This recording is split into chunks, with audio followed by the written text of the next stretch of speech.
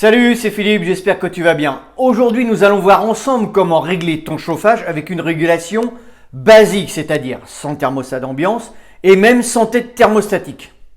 Donc pour faire ce type de réglage, on va se baser principalement sur la température de départ de la chaudière avec son Aquasta.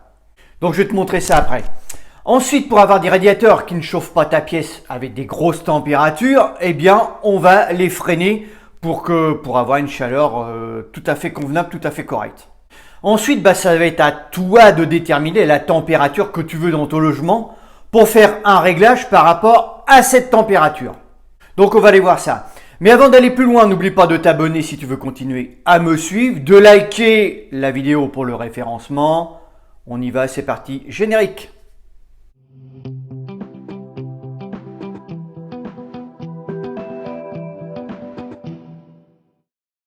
Donc comme je te disais tout à l'heure, on va jouer sur le départ, sur la température de départ de la chaudière avec l'Aquasta. Donc ça c'est l'Aquasta, avec le petit symbole radiateur, et en dessous c'est la température d'eau chaude. Donc le but, ça va être d'avoir une température de départ de base pour pouvoir ensuite l'augmenter ou la diminuer suivant la température que tu vas vouloir pour tes radiateurs.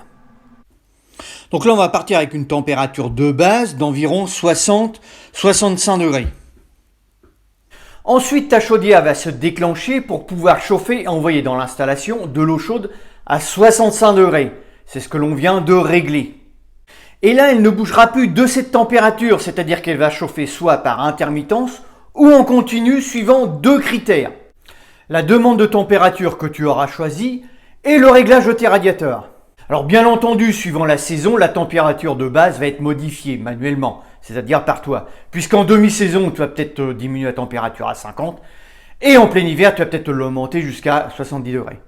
Donc maintenant, on va voir le réglage de tes radiateurs. Alors, si ton installation comporte que des têtes manuelles comme ici, tu vas pas avoir tellement le choix.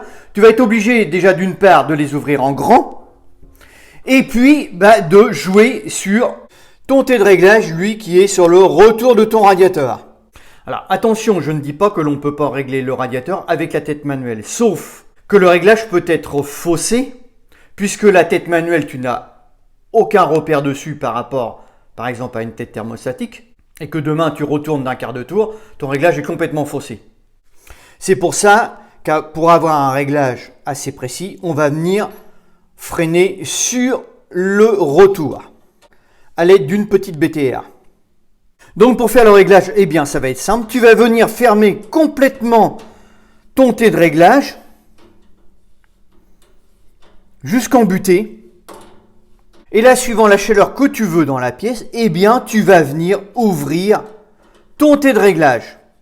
Alors, au départ, tu vas peut-être faire 2 tours. Ensuite, tu vas voir comment chauffe ton radiateur. S'il ne chauffe pas assez, eh bien tu vas refaire un tour et tu vas venir régler au fur et à mesure ton radiateur en jouant sur l'ouverture du tête de réglage. C'est-à-dire que tu auras par rapport à ton entrée de radiateur, ton allée et ton retour, plus ou moins une circulation, ce qui va ralentir la chaleur de ton radiateur, si vraiment tu as trop chaud. Si tu n'as pas assez chaud, eh bien tu vas l'ouvrir entièrement.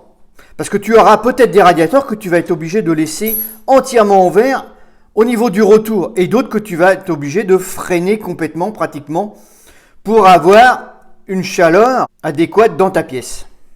Alors si tu as une vieille installation avec des radiateurs en fonte sans tête de réglage, eh bien là tu vas pas trop avoir le choix, tu vas être obligé de jouer sur ta vanne manuelle. Et là, eh bien tu vas faire des repères. Là, tu ne vas pas trop avoir le choix. Tu vas être obligé de faire des repères, soit avec un petit crayon au niveau de ta tête manuelle et puis ta vanne manuelle.